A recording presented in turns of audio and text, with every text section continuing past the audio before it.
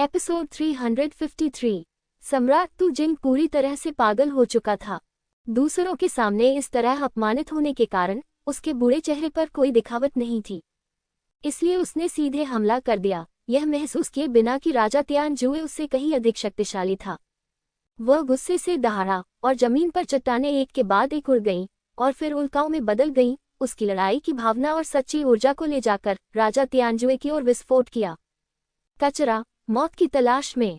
राजा तियानजुए ने घृणा से नाक भान सिकुड़ी और अपनी तलवार से वार किया। भयानक तलवार की रोशनी ने आसानी से उन चट्टानों को चकनाचूर कर दिया और तलवार की रोशनी सीधे तू शिंदी के शरीर में घुस गई।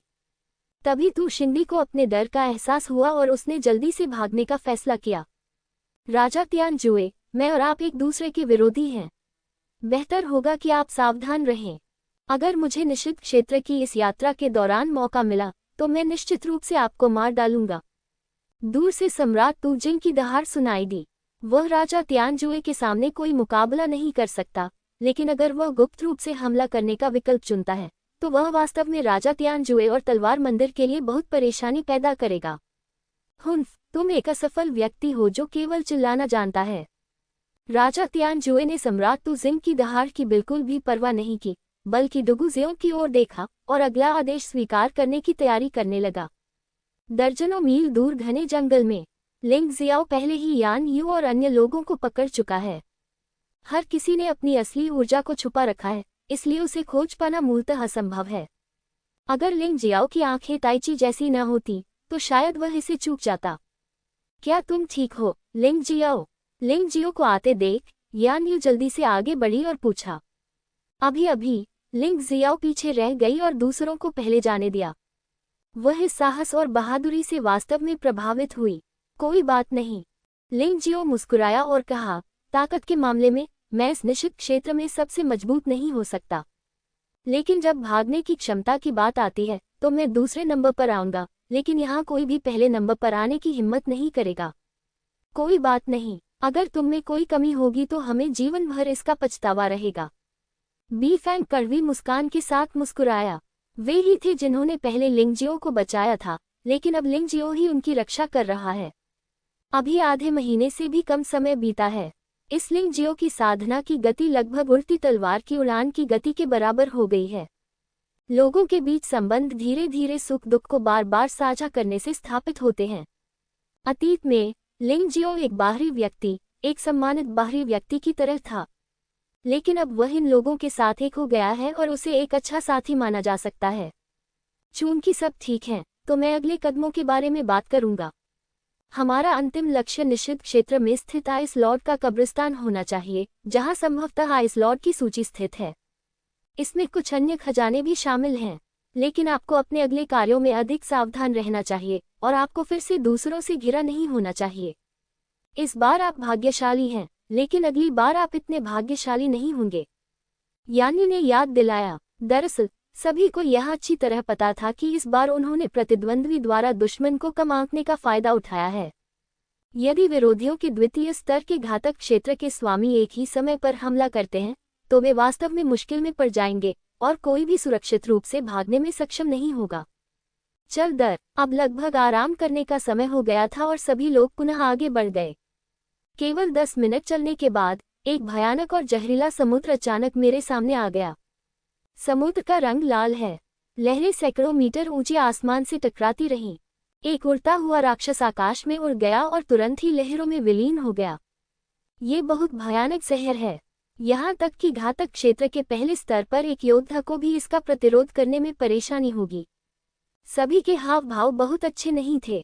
ये जहरीला समुद्र बहुत बड़ा है, लेकिन वे सीधे इससे गुजर नहीं सकते, इसलिए वे केवल इसके चारों ओर रास्ता ढूंढ सकते हैं। समुद्र में कोई है, चांग किंग ने अचानक कहा। एक शूटर के रूप में उसकी दृष्टि लिंग जियाओ के बाद दूसरे स्थान पर थी, इसलिए उसने अजीब दृश्य की खोज की। यह असंभव है। जीवन को खतरे में डालने वाले क्षेत्र के दूसरे स्तर पर मौजूद एक योद्धा भी उस जहरीले समुद्र में लंबे समय तक जीवित नहीं रह पाएगा। कोई भी इतना पागल नहीं होगा कि उसे तैरकर पार कर सके। यान यू ने मुस्कुराकर अपना सिर हिलाया, लेकिन फिर भी चांग किंग द्वारा बताई गई दिशा में देखा। लिंग जियाओ ने भी उसी दिशा में देखा। लाल रंग के जहरीले समुद्र में एक के बाद एक लहरें उठती हैं, लेकिन जहरीले समुद्र में एक छोटी सी आकृति है। विशाल महासागर की तुलना में यह वास्तव में महासागर में एक बूंद के समान है। लेकिन यह आदमी वास्तव में जहरीले समुद्र के विष से नहीं डरता था। वह बहुत शांति से और बहुत तेज गति से तैरता हुआ आगे बढ़ गया। उसका शरीर उसी लाल रंग में बदल गया था, लेकिन ऐसा नहीं लग रहा था कि वह पिघल रहा है। जाहिर है, वह जहरीले समुद्र से निकले विषाक्त पदार्थों की मदद से अभ्यास कर रहा था। वह आदमी कौन है और वह इतना शक्तिशाली कैसे हो सकता है? लिंग जियाओ ने आश्चर्य से पूछा। अगर उसके पास अपनी पशु आत्मा को बदलने के लिए 9 सांप भी होते, तो भी वह आसानी से जहरीले समुद्र को पार करने की हिम्मत नहीं कर पाता। ये व्यक्ति वास्तव में बहुत विकृत है। इसके अलावा, जब घातक क्षेत्र में दूसरे स्तर का योद्धा जहरीले समुद्र में प्रवेश करता है, तो उसे यह सुनिश्चित करने के लिए कि जहर शरीर को छू न सके, एक सुरक्षात्मक बाधा बनाने के लिए स्वर्गीय क्लेश सत्यसार का उपयोग करने की आवश्यकता होती है। लेकिन यह आदमी अलग है। उसके शरीर की सतह पर सच्ची ऊर्जा का कोई एहसास नहीं है। ये पूरी तरह से भौतिक शरीर के साथ जहरीले समुद्र को पार करने जैसा है। मुझे इसके बारे में पहले ही सोच लेना चाहिए था। वह विशैला महान ऋषि है। जीवन धमकाने वाले क्षेत्र के तीसरे स्तर में शीर्ष अस्तित्व। पूर्व तलवार मंदिर के तलवार स्वामी में से एक। अब महामहिम तलवार भगवान उसी माँ के छोटे भाई हैं। यानी वे भौहें सिकुड़ी। अतीत में तो अब वह तलवार मंदिर का तलवार मास्टर नहीं है। लिंग जियाओ ने पूछा। खैर, ऐसा कहा जाता है कि जहरीले महान ऋषि तलवार मंदिर के स्वामी के लिए डुगू शेंगजियान के साथ लड़ाई में असफल रहे, इसलिए उन्होंने तलवार मंदिर छोड़ दिया और एक स्वतंत्र व्यक्ति बन गए। यानी ने सिर हिलाया। वैसे आपको इस डुगू पवित्र तलवार को याद रखना होगा। वह तलवार देवता डुगू बाजियन का पुत्र भी है, लेकिन उसकी प्रतिभा और ताकत डुगू शियोंग से अधिक मजबूत है। स्पष्ट। लिंग जियाओ को सबसे ज्यादा मजबूत लोग पसंद हैं। जितने ज्यादा मजबूत लोग होंगे, उसके लिए आगे बढ़ना उतना ही आसान होगा। विशैला महान ऋषि बहुत तेज था और जल्दी ही विशैले समुद्र में गायब हो गया। लिंग जियो और अन्य लोगों ने अपनी निगाहें हटा ली और जहरीले समुद्र के किनारे आज्ञाकारी ढंग से आगे बढ़ गए। आप उड़ नहीं सकते, तैरना तो दूर की बात है। तब हम केवल एक चक्कर ही लगा सकते हैं। सौभाग्यवश हम रास्ता बदल सकते हैं, अन्यथा मुझे डर है कि इस बार हम बीच में ही हार मान लेते। निषिद्ध क्षेत्र तो बहुत बड़ा है, लेकिन सबकी खोज का दायरा भी लगातार सिकुड़ता जा रहा है। विशेषकर लिंग जियाओ, जिसकी आंखें ताइची जैसी थीं, आगे चल रहा था। वह कई लोगों की तुलना में बहुत तेज था। जहरीले समुद्र को पार करते ही सबके सामने एक विशाल पर्वत प्रकट हो गया। ये पर्वत बादलों के ऊपर स्थित है और एक नज़र में दिखाई नहीं देता, लेकिन यह आगे का रास्ता पूरी तरह से अवरुद्ध कर देता है। एक मृत अंत। क्या ये संभव है कि कब्रिस्तान का असली प्रवेश द्वार खोजने के लिए हमें जहरीले समुद्र से गुजरना पड़े?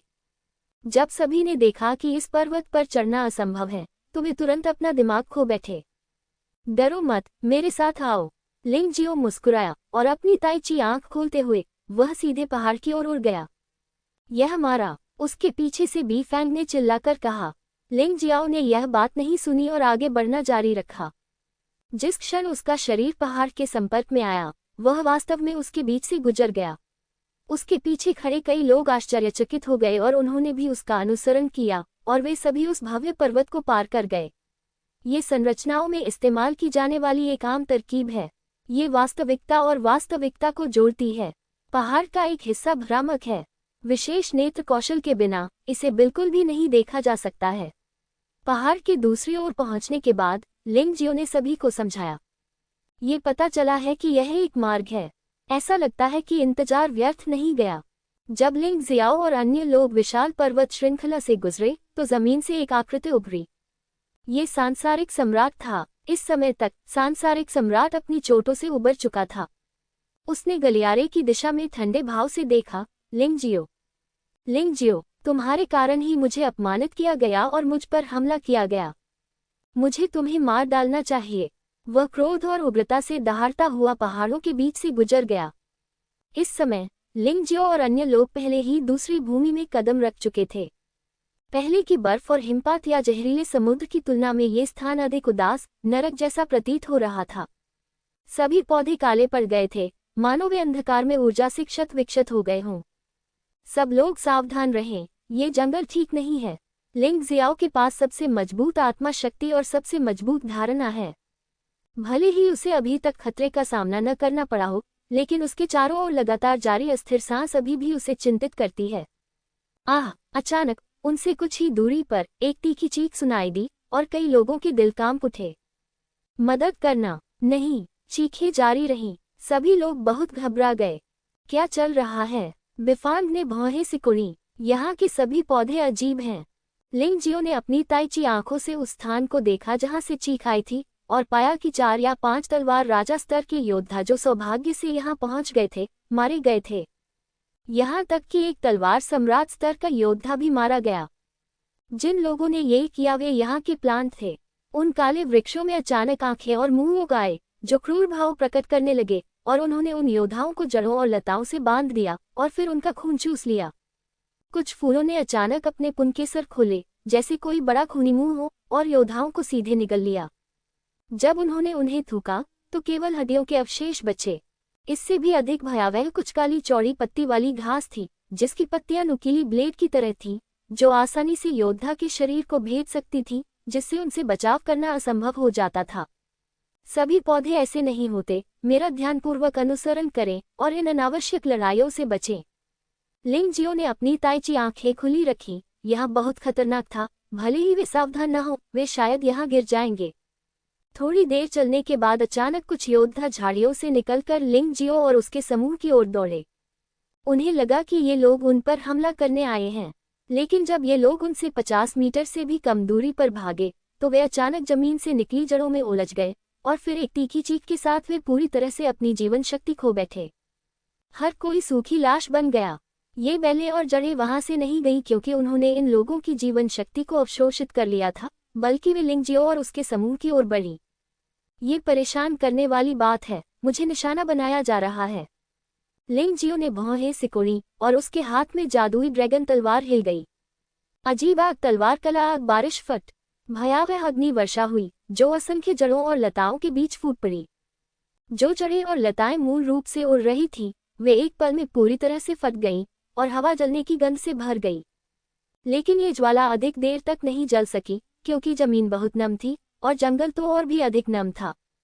यहाँ तक कि अजीब सी आग भी भयानक बुरी आत्माओं वाले इस नम जंगल के सामने थोड़ी शक्तिहीन महसूस हो रही थी। यह उनका घरेलू मैदान है। लड़ाई मत करो, गति बढ़ाओ।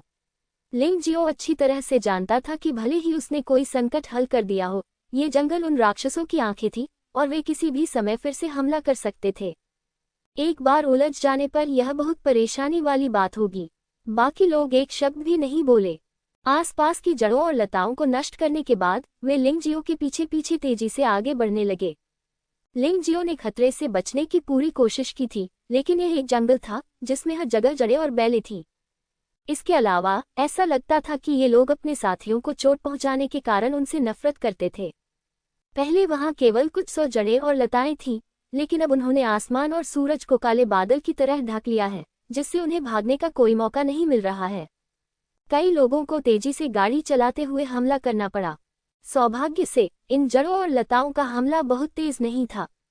जब तक वे उलझे नहीं थे तब तक आमतौर पर कोई खतरा नहीं था। अचानक तेज हवा का झोंका आया और लिंग जियो ने दूरी पर एक बड़ा अजीब फूल देखा। जैसे ही हवा चली, फूल से बड़ी मात्रा में पराग निकला। इन पराग कणों ने अपने आक्रमणों और बचावों को पूरी तरह से नजरअंदाज कर दिया तथा हवा चलने पर वे अत्यंत तेज हो गए। रास्ते से हट जाओ, ये सम्मोहक पराग है। लिंग जियाओ की ताइची आंख ने पराग की भयावहता का तुरंत विश्लेषण कर लिया। अब उन्हें जड़ों और लताओं द्वारा पीछा किया जा रहा है जो आकाश और सूरज को ढक रही हैं। अगर वे बेहोश हो जाएं, तो भी कुछ सेकंड के लिए वे बिना किसी दफनाने की जगह के मर जाएंगे। लिंग जियाओ की चीख सुनकर कई लोगों ने प्रतिक्रिया दी, यानी वे बेशक सबसे तेज थी। उस पल उसका शरीर तलवार की रोशनी में बदल गया और वह पराग के हमले की सीमा से बचते हुए एक पल में सैकड़ों मीटर आगे बढ़ गई। ड्रैगन हाथी दहाड़ता हुआ सीधा ऊपर कूद पड़ा। विशाल शरीर और भयानक ताकत के साथ ये छलांग 10 मीटर ऊंची थी और पराग के हमले से भी बच गई। बिफांग ने अपने शरीर को रक्त रंग की आग से लपेट लिया और वह शांत हो गया। जब पराग रक्त रंग की आग के पास पहुंचा तो वह सीधे जल गया। बादाओ बर्फ के एक बड़े टुकड़े में छिप गया। पराग की तो बात ही छोड़िए, बेलें और जड़ें भी उसका कुछ नहीं बिगाड़ सकी। समस्या चांद किंग की थी। वह इतनी मजबूत नहीं थी। हालांकि उसने इससे बचने की पूरी कोशिश की, फिर भी उसने पराग को अंदर ले लिया। उसका शरीर तुरंत लकवाग्रस्त हो गया और वह बेहोश हो गई। अनगिनत जड़ों और लताओं ने उसे उलझा लिया और तुरंत ही उसे लपेट लिया। किंग बिफांग यानी और लोंगजियांग लगभग एक ही समय में चांद किंग को बचाने के लिए दौड़े। लेकिन लिंग जियाओ अभी भी सबसे तेज था। झो गुआंगहू की जानवर आत्मा के परिवर्तन के तहत उन्होंने जादुई ड्रैगन प्रेत शरीर विधि का उपयोग सीधे जड़ों और लताओं को दूर करने के लिए किया।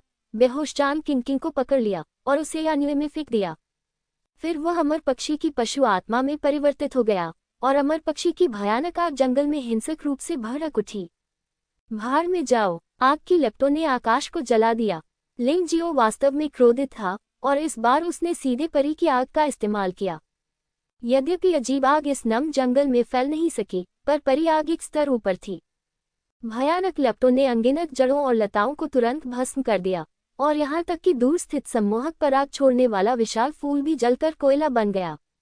चल दर, लिंग जियो ने सभी के लिए रास्ता साफ करने के लिए फीनिक्स बीस्ट सोल ट्रांसफॉर्मेशन के रूप में आगे की ओर उड़ान भरी।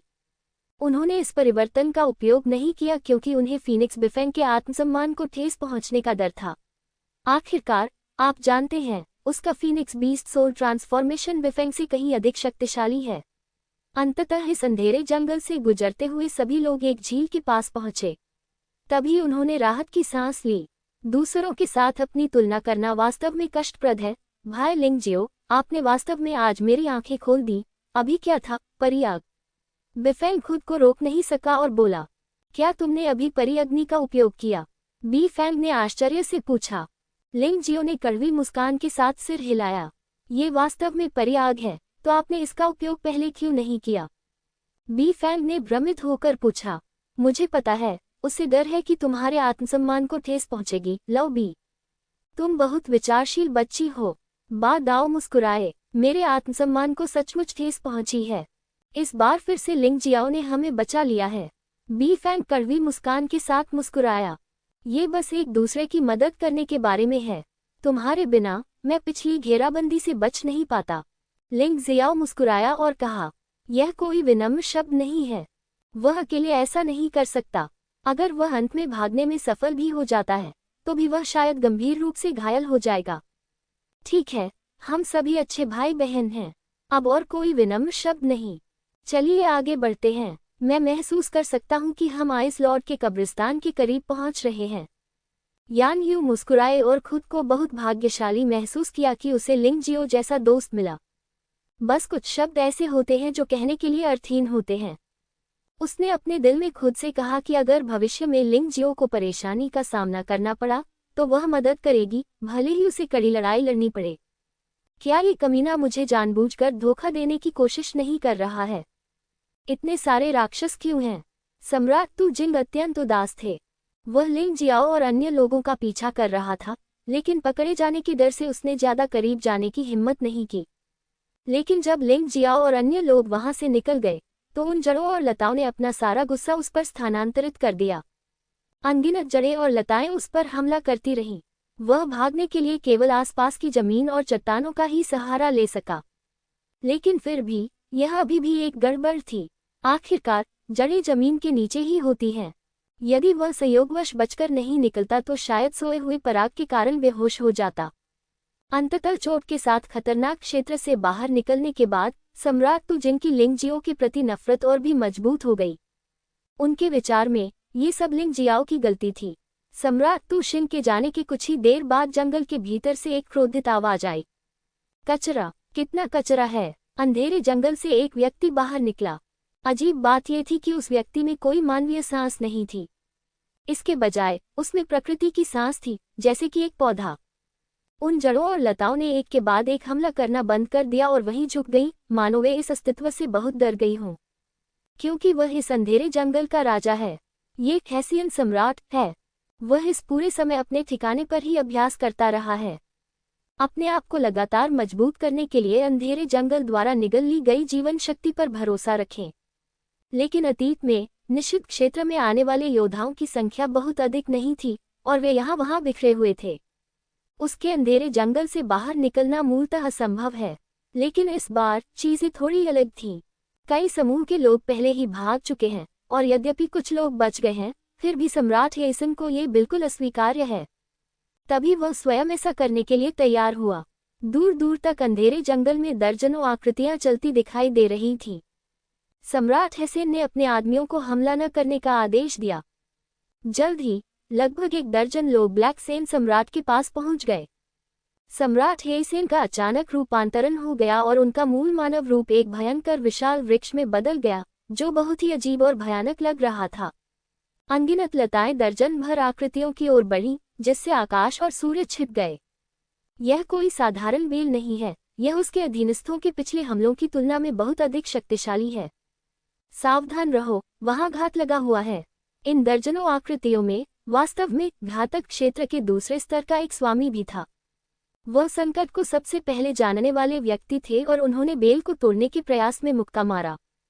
जहां भी मुक्का पड़ा, बेलें टुकड़ों में टूट गईं, लेकिन एक पल में वे फिर से उगाईं, मानो वे अमर हों। वहीं उसके पीछे वे योद्धा जो उसके समान बलवान नहीं थे, वे सभी लताओं में उलझे हुए थे।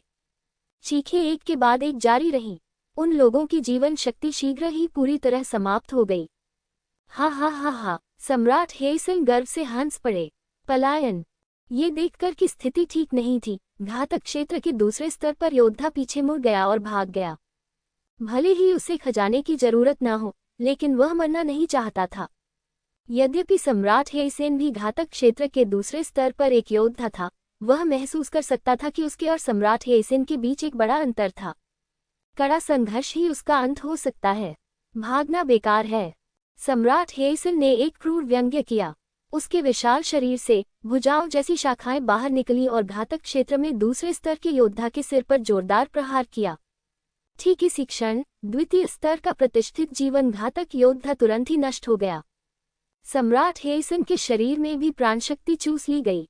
हा हा हा, स्वादिष्ट, बहुत स्वादिष्ट। कौन सी आवाज! सम्राट कैंगसोंग, जो अभी अभी अंधेरे जंगल में कदम रखे थे, भौचक्के के रह गए। उसके पीछे 3 और लोग दिखाई दिए।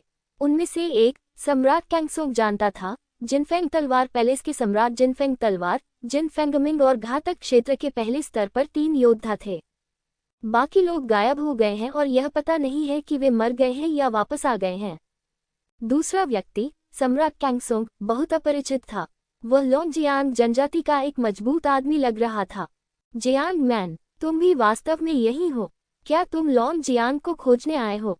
गोल्डन फीनिक्स तलवार सम्राट ने ड्रैगन हाथी जनजाति के मजबूत आदमी को देखा और पूछा, तो क्या हुआ अगर यह नहीं है? जियांग मान ने ठंडे स्वर में कहा, वास्तव में नहीं, लेकिन मैंने सुना है कि आपने दुगु बाजियन के सामने आत्मसमर्पण कर दिया है और लोंगजियांग जनजाति को विभाजित करने की योजना बना रहे हैं। स्वर्ण फीनिक्स तलवार सम्राट मुस्कुराया, इसका आपसे कोई लेना देना नहीं है। जियांग मान की अभिव्यक्ति उदासीन बनी रही। हाँ, अगर इससे कोई फर्क नहीं पड़ता तो कोई बात नहीं। मैं बस आपको याद दिलाना चाहता हूँ कि लोंगजियांग की मौजूदा ताकत आपके द्वारा पराजित नहीं की जा सकती। आपको तलवार के देवता की तरह अपनी वफादारी दिखानी होगी और लोंगजियांग जनजाति के रूढ़िवादी वंशज को मारना होगा। मुझे डर है कि अंत में मरने वाला व्यक्ति आप ही होंगे। गोल्डन फीनिक्स तलवार सम्राट सभी से प्यार करता है, क्योंकि वह लिंगजियो की प्रशंसा करता है। वह लिंगजियो के दोस्तों के बारे में भी अच्छा महसूस करता है। आप अतिशयोक्ति कर रहे हैं। जियांग मैन ने ठंडी सांस ली। तुम्हारी साधना का स्तर इससे अधिक कुछ नहीं है। मानो या न मानो, मैं अभी तुम्हारा सिर उड़ा दूंगी। लापरवाही से काम करो। जिन फेंगमिंग ने तिरस्कारपूर्वक कहा, बच्चे, तुम्हें यहाँ बोलने का अधिकार नहीं है। तुम्हारे पिता भी मुझसे इस तरह बात करने की हिम्मत नहीं कर सकते। जियांग मैन दहाड़ा, पिताजी, मैंने अभी अभी साधना में सफलता प्राप्त की है और मुझे तुलना करने के लिए एक प्रतिद्वंद्वी की आवश्यकता है। आप मुझे उसके साथ खेलने क्यों नहीं देते? जिन फेंगमिंग ने गोल्डन फीनिक्स तलवार सम्राट को देखा और पूछा। अनेक बाधाओं से गुजरने के बाद, यद्यपि गोल्डन फीनिक्स वॉर पैलेस को भी भारी क्षति हुई, फिर भी उसे कुछ लाभ भी हुआ।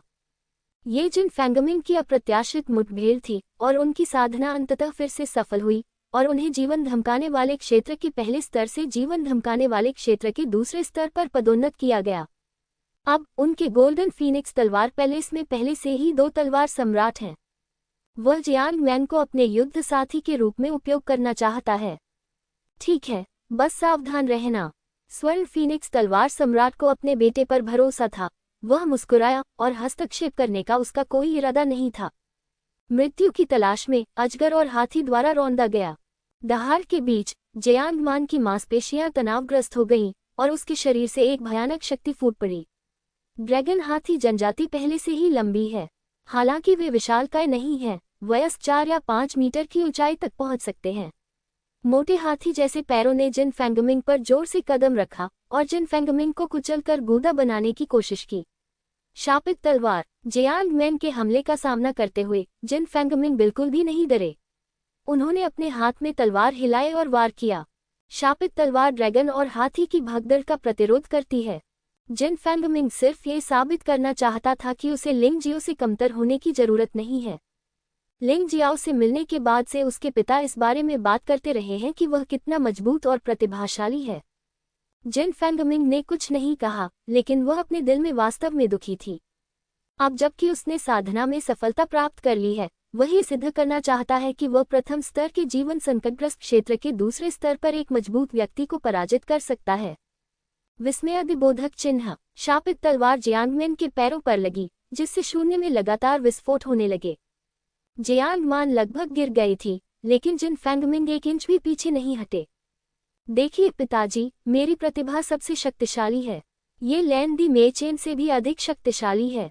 जिन फेंगमिंग ने अपने दिल में खुशी मनाई और जियांग मैन की ओर थोड़ी उपेक्षा के भाव से देखा।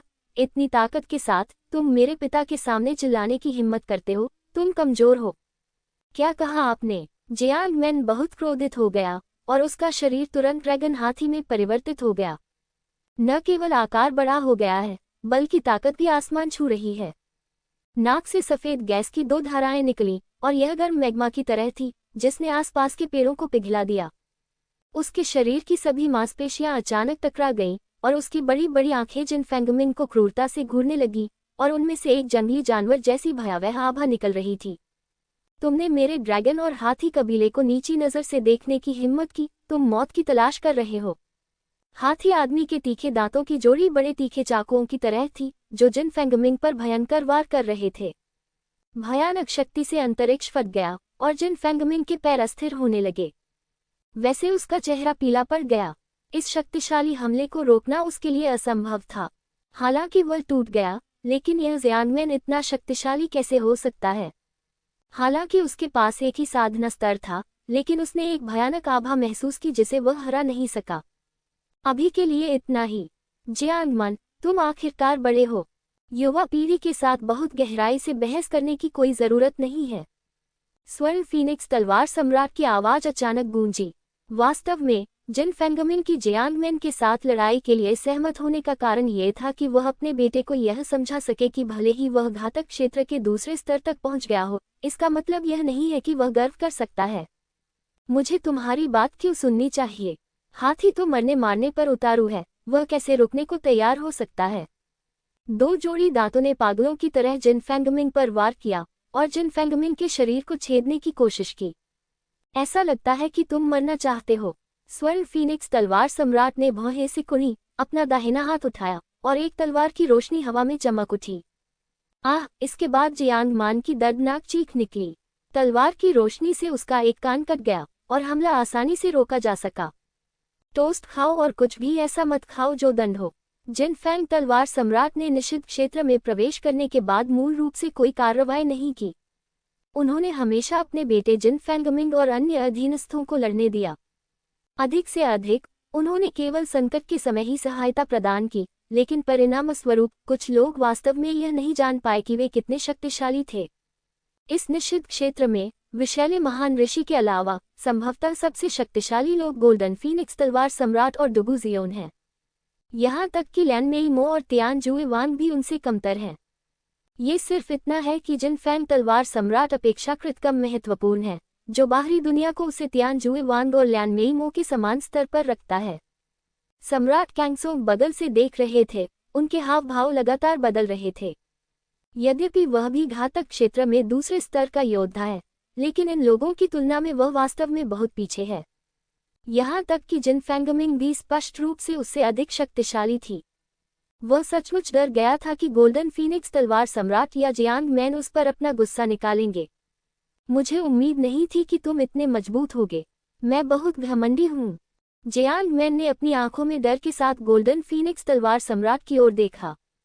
अगर गोल्डन फीनिक्स तलवार सम्राट उसे अभी मारना चाहता तो ये बहुत आसान होता।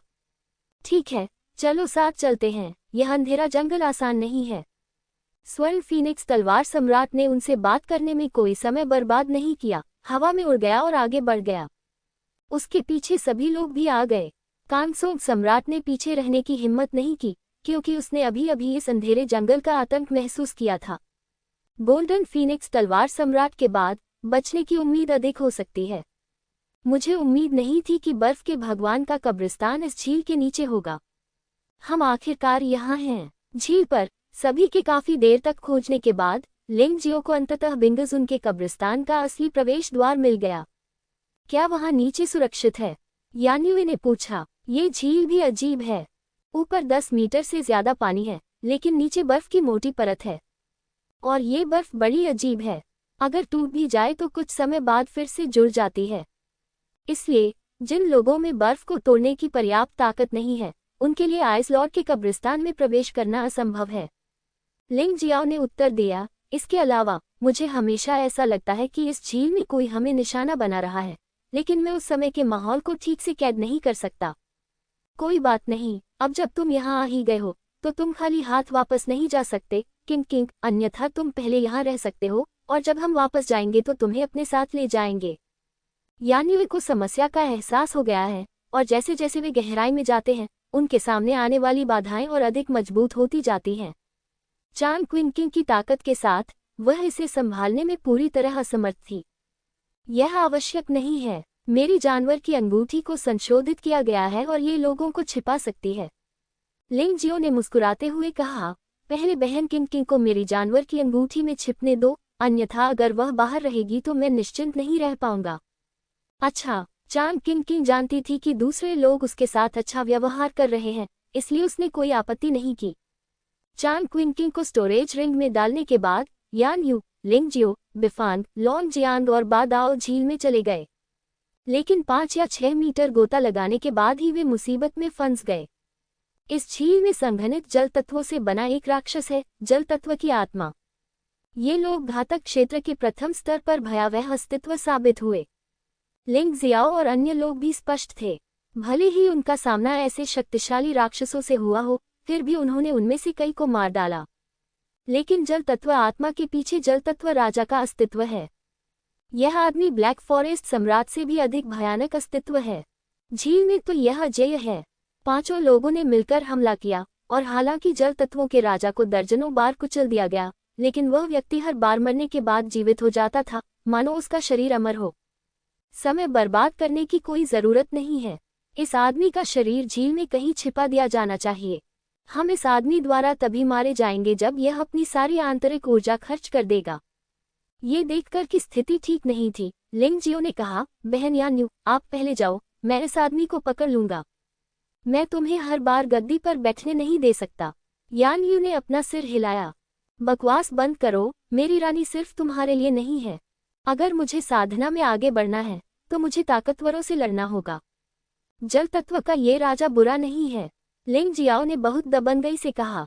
यान्यू, चलो, लिंग जियो सही कह रहा है, और भागने की क्षमता के मामले में तुम उससे उतने अच्छे नहीं हो। बी फैंग कड़वी मुस्कान के साथ मुस्कुराया।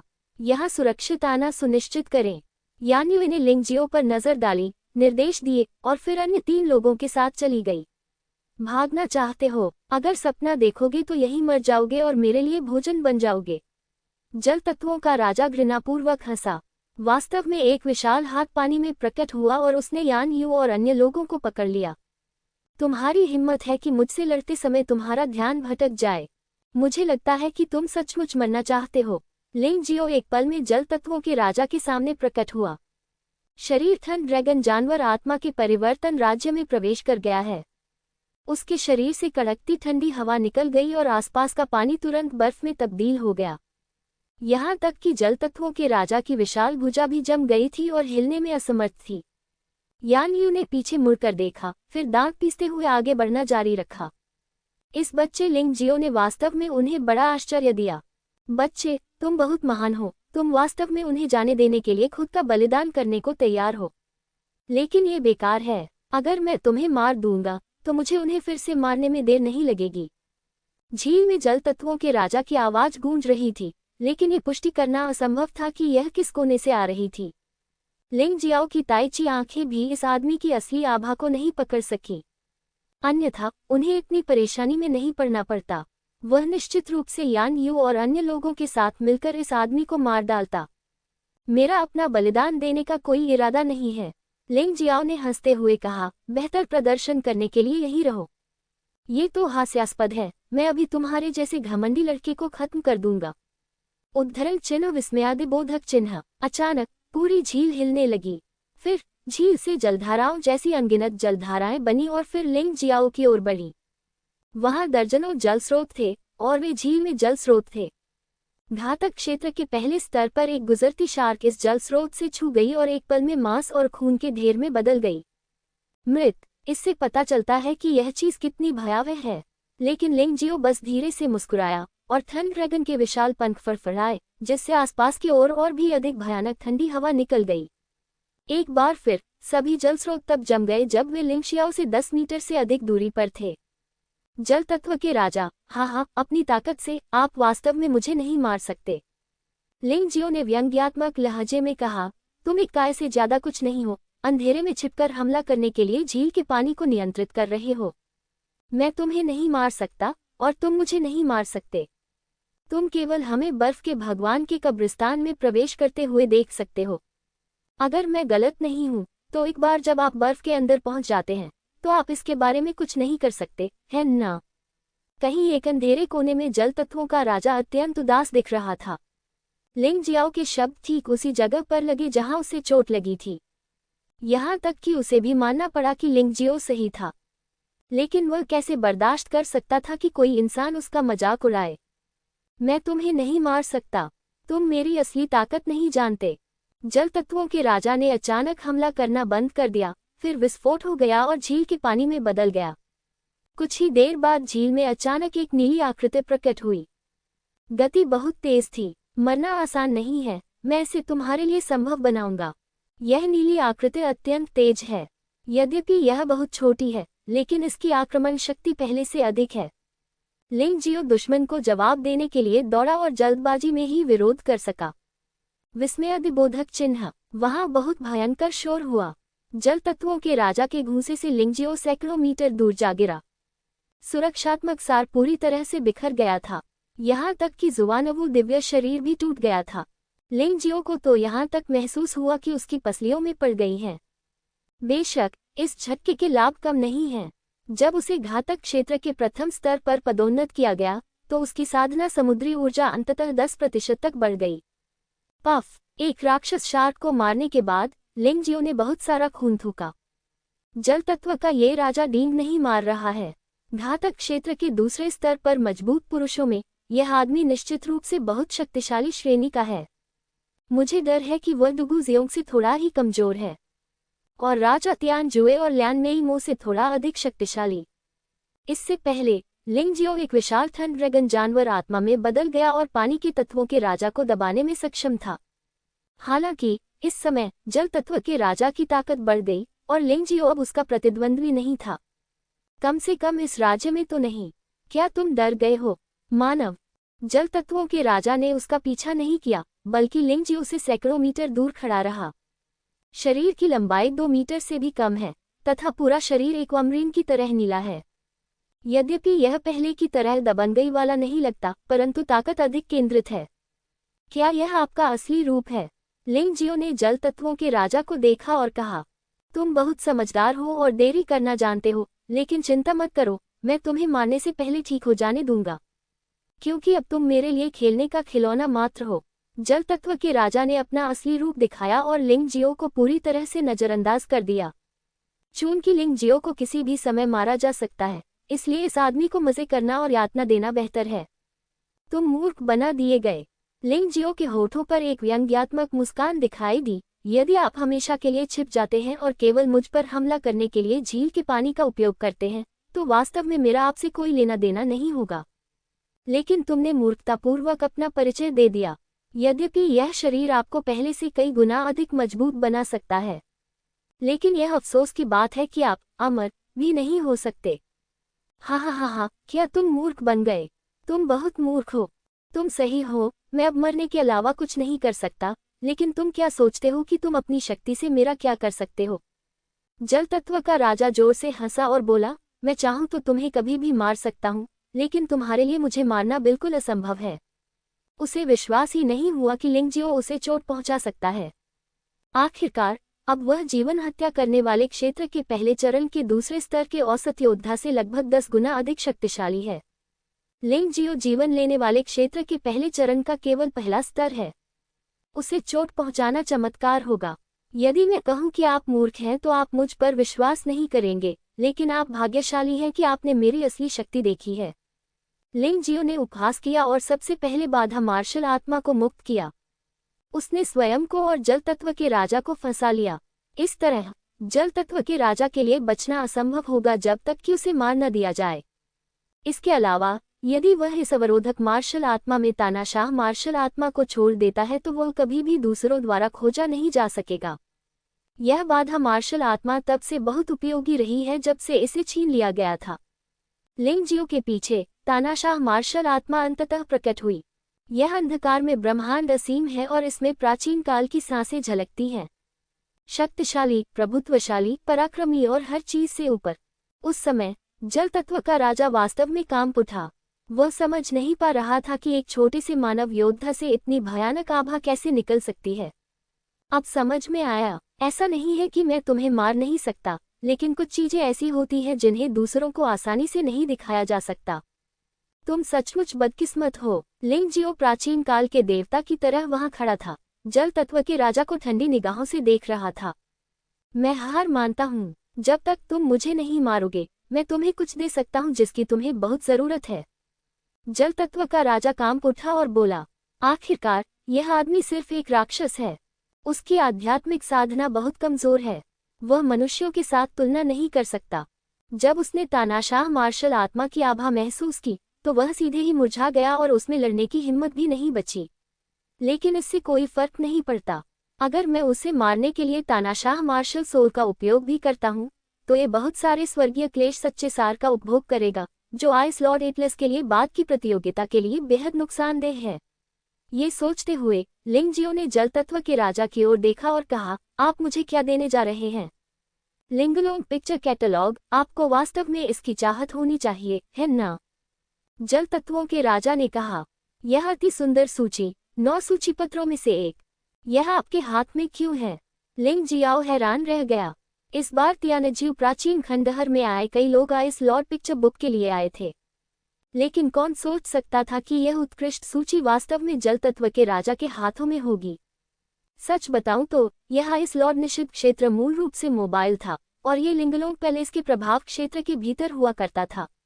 एक गुरु यहाँ आए, लेकिन उनकी मृत्यु मेरे हाथों हुई। संयोग से उसके पास लिंगलोंग पिक्चर बुक थी। जल तत्वों के राजा के बारे में बताया गया। मैं समझ गया, चीजें ले आओ। अगर यह सच है तो मैं निश्चित रूप से तुम्हारी जान बख्श सकता हूँ। लिंग जियो एक हत्यारा व्यक्ति नहीं है। जब तक जल तत्वों का राजा उसे जाने देने को तैयार है, तब तक निश्चित रूप से वह परेशानी नहीं मांगेगा। मुझे न मारने के लिए धन्यवाद युवा नायक। जल तत्वों के राजा ने लिंगलोंग तू को बाहर निकाला और बहुत सम्मानपूर्वक लिंग जियो की ओर तैरा। लेकिन अचानक लिंग जियो ने कार्रवाई की। बतियन बर्फ ड्रैगन सांस। तानाशाह मार्शल स्पिरिट के निकलने के साथ ही बर्फीले ड्रैगन की सांसें अत्यंत भयावह हो गईं। क्षण भर में ही आसपास का जल प्रवाह पूरी तरह जम गया तथा जल प्रवाह में मौजूद जीव जंतु फिर से हिलने डुलने में असमर्थ हो गए। लिंग जियो ने पलटकर अपने पीछे देखा। एक विशाल राक्षस शार्क अपना खूनी मुंह खोलकर उसे पूरा निगलने की कोशिश कर रही थी। मैंने तुमसे कहा था कि अगर तुम अपनी चीजें सौंप दोगे तो मैं तुम्हारी जान बख्श दूंगा। मुझे उम्मीद नहीं थी कि तुम मुझे मारने की कोशिश करने के लिए दानव शार्क राजा के साथ मिल जाओगे। धत तेरी की। लिंग जियो की इंद्रियां बहुत तेज थीं और अपनी भयानक और शक्तिशाली आत्मिक शक्ति के साथ उसने तुरंत पीछे से आ रहे जानलेवा इरादे को भांप लिया और जल तत्व के राजा की आंखों में छिपी चालाकी। बूम! बर्फ का क्रिस्टल टूट गया और दानव शार्क सम्राट का पूरा शरीर चकनाचूर हो गया। केवल एक राक्षस क्रिस्टल कोर बचा, जिसे लिंग जियो ने लापरवाही से खा लिया। राक्षस द्वारा खाए गए क्रिस्टल कोर की ऊर्जा स्वाभाविक रूप से उसकी कोशिकाओं में प्रवेश करेगी और संभावित रूप में परिवर्तित हो जाएगी, जो भविष्य की लड़ाइयों में विस्फोट होने की प्रतीक्षा करेगी। जहां तक जल तत्व के राजा की बात है, लिंग जियो ने उसे नहीं मारा। उत्तम कैटलॉग लेने के बाद लिंग जियाओ ने पुष्टि की कि कैटलॉग असली था और वह खुश महसूस करने से खुद को रोक नहीं सका। अब उसके पास पहले से ही 4 प्रकार के कैटलॉग हैं: डायमंड लॉर्ड का एटलस, स्वॉर्ड मास्टर का कैटलॉग, लिंगलोंग का कैटलॉग और फायर लॉर्ड का कैटलॉग। यदि हमें आइस लॉर्ड्स की एक और सूची मिल जाए तो उसमें 5 प्रकार के आइस लॉर्ड्स होंगे और 9 चित्रों को इकट्ठा करने का समय ज्यादा दूर नहीं है। जल तत्वों के जमे हुए राजा को लिंग जियो द्वारा पहाड़ों और नदियों की दुनिया में फेंक दिया गया था, जो एक पशु आत्मा में परिवर्तित होने के लिए तैयार था। दरअसल जल तत्व के राजा का शरीर भी एक प्रकार का राक्षस है और इसका नाम कैनोपी बीस्ट है। किंवदंती के अनुसार कैनोपी मून मूल रूप से पवित्र राजवंश का एक नौसेना मार्शल था। बाद में उसे पवित्र राजवंश की राजकुमारी के प्रति अनादर करने के लिए दंडित किया गया और उसका पुनर्जन्म हुआ। दुर्भाग्यवश उनका पुनर्जन्म सीधे सुअर के रूप में हुआ, लेकिन ये सामान्य सुअरों से अधिक क्रूर है, इसलिए इसका नाम कैनोपी मून रखा गया। लिंग जियाओ के सुअर देवता का पद अभी भी खाली है। जल तत्वों का ये राजा कमजोर नहीं है। रिक्त स्थान को भरने के लिए इसका उपयोग करना अच्छा होगा। आखिरकार ये छत्र जानवर पानी की लड़ाई में अच्छा है और लिंग जियो वास्तव में फिर से जहरीले समुद्र में जाना चाहता है। यदि आपके पास छत्र पशु मार्शल आत्मा है और 9 सांप जनरल जानवर आत्मा के साथ सहयोग करते हैं, तो आप जहरीले समुद्र में जीवित रह सकते हैं। इस तरह 9 सांपों के जनरलों के स्तर में काफी सुधार होना चाहिए। आज के 9 सांप जनरल केवल एक सितारा 18 स्तरीय नरक शक्ति अस्तित्व है। हालांकि यह अभी भी लिंग जियो की लड़ाकू प्रभावशीलता का एक छोटा सा हिस्सा बढ़ा सकता है, लेकिन जैसे जैसे लिंग जियाओ की साधना में सुधार होता जाएगा, ये कम उपयोगी होती जाएगी। यदि आप इसे मजबूत बनाते हैं और इसका स्तर बढ़ाते हैं, तो आप भविष्य में भी इसका उपयोग कर सकते हैं। आखिरकार 9 सांप लिंग जियो को सभी जहरों के प्रति लगभग अजेय बना देंगे, जो एक बहुत ही महत्वपूर्ण विशेषता है। जल तत्वों के राजा को मारने के बाद लिंग जियो ने जल्दबाजी नहीं की, बल्कि पहले कैनोपी जानवर को एक जानवर आत्मा में बदलने की तैयारी की। इस बात से जब तक वह पानी में नहीं खोजा जाता, उसे अमर माना जा सकता है। इसमें बचने के और भी कौशल हैं। लगभग उसी समय जिनफैंग तलवार सम्राट जिनफैंग मिंग और जियांग मैन अंधेरे जंगल से बाहर निकले और झील पर आ गए। सम्राट हेइसेन के साथ युद्ध में सम्राट कैंगसोंग मारा गया। जिनफैंग तलवार महल के 3 तलवार राजाओं में से एक की भी मृत्यु हो गई। ये लड़ाई सचमुच आसान नहीं है। हेइसेन सम्राट गोल्डन फीनिक्स तलवार सम्राट से भी अधिक शक्तिशाली था। भागने से पहले वे आपस में लड़े और भाग निकले। सम्राट कैंगसोंग को उन अनगिनत जड़ों और लताओं द्वारा चूस लिए जाने के दृश्य को याद करते हुए जिनफैंग मिंग आज भी बेहद भयभीत महसूस करते हैं। हा, स्वादिष्ट। सम्राट कैंगसोंग को मारने के बाद सम्राट हेइसेन की ताकत लगातार बढ़ती गई। उसके लिए घातक क्षेत्र के दूसरे स्तर पर ये योद्धा वास्तव में एक बड़ी मदद थे। इसी समय किसी और ने अंधेरे जंगल में कदम रखा। जब तक वह इस जंगल के दायरे में है, वह चाहे कोई भी हो, उसे आसानी से ढूंढ सकता है। हे, यहाँ घातक क्षेत्र के दूसरे स्तर का एक और स्वामी आ रहा है और वह भी अकेला है। क्या आशीर्वाद है! सम्राट हेइसेन ने उपहास किया और इस व्यक्ति के सामने आने के लिए इंतजार नहीं कर सके।